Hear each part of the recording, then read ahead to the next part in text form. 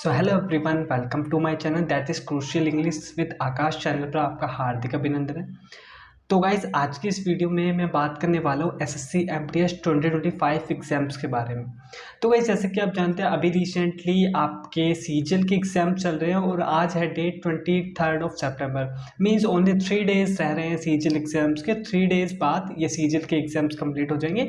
Then आपके CHSL and MTS की जो डेट है वो अप्रोक्सीमेटली कब रह सकती है, इस वीडियो में बात करने वाले हैं। बेसिकली जो हमारी आज की वीडियो का मेन पॉइंट है वो है एसएससी एमटीएस एग्जाम्स के बारे में। तो जैसा कि आप जानते हैं, जो एसएससी का आपका नोटिफिकेशन आया था वो आया था आपका 26 जून को, मतलब कि जून 26 तारीख को आपका ये एसएससी एमटीएस का नोटिफिकेशन आया था। और उसकी जो लास्ट डेट थी वो थी आपकी 24 जुलाई।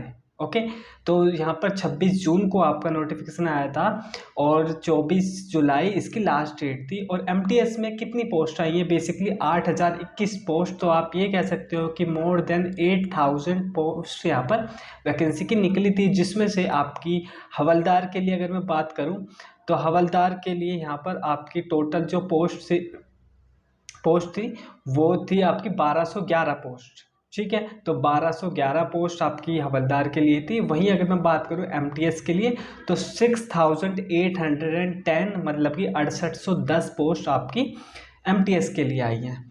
तो गाइस, पहले तो हम बात कर लेते हैं बेसिकली जो एसएससी एमटीएस का नोटिफिकेशन आया था। मैं यहाँ पर आपको स्क्रीन भी लगा देता हूँ साइड में, ताकि आप देख सको कि देखिए, जो इसका नोटिफिकेशन आया था वो आया था आपका 26 जून को। और इसकी लास्ट डेट अप्लाई करने की थी वो थी 24 जुलाई 2025।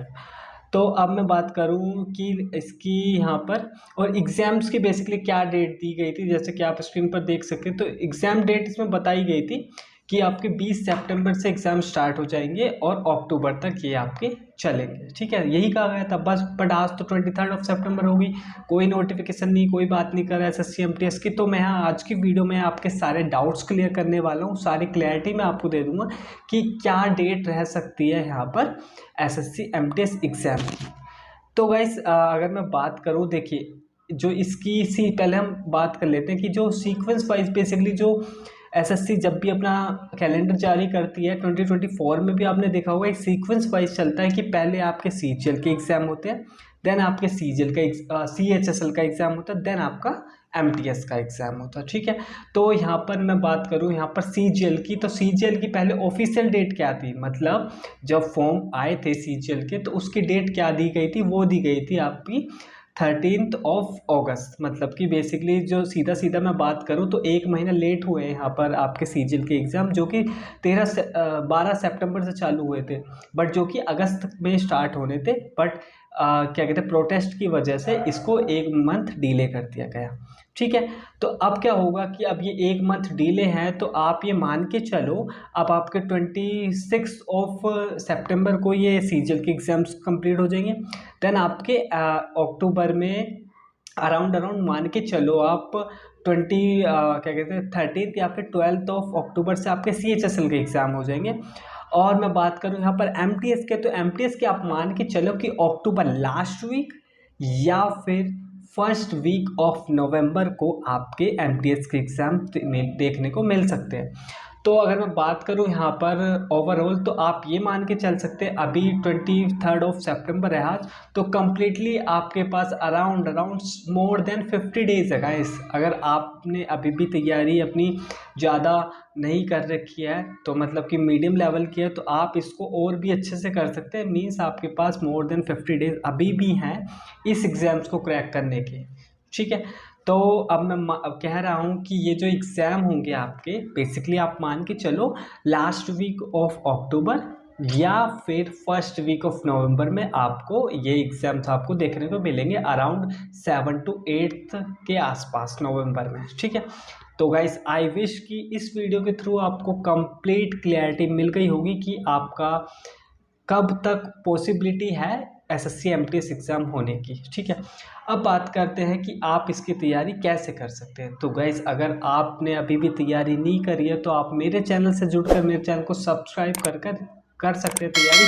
क्योंकि जैसे कि आप जानते हैं कि एसएससी एमटीएस में बेसिकली इंग्लिश का बहुत ही ज़्यादा वेटेज रहता है कि इंग्लिश एंड आपकी जीएस के ऊपर ही आपका पूरा ओवरऑल कंप्लीट पेपर रहता है, क्योंकि मैथ्स एंड रीजनिंग तो आपकी क्वालिफाई नेचर की होती है, उसमें तो आपको अराउंड 10 to 12 क्वेश्चन ही ठीक करने होते हैं, बट जो सारा वेटेज रहता है वो इंग्लिश एंड जीएस का रहता है। और मोस्ट इम्पोर्टेंट तो मैं कहूँ इंग्लिश को, क्योंकि इंग्लिश में आप अगर अच्छे से सिलेबस को कंप्लीट कर लेते हैं, ईच एंड एवरीथिंग अगर आप कंप्लीट कर लेते हैं, तो आपके हाइयर चांसेस होते हैं 25 क्वेश्चन लाने के।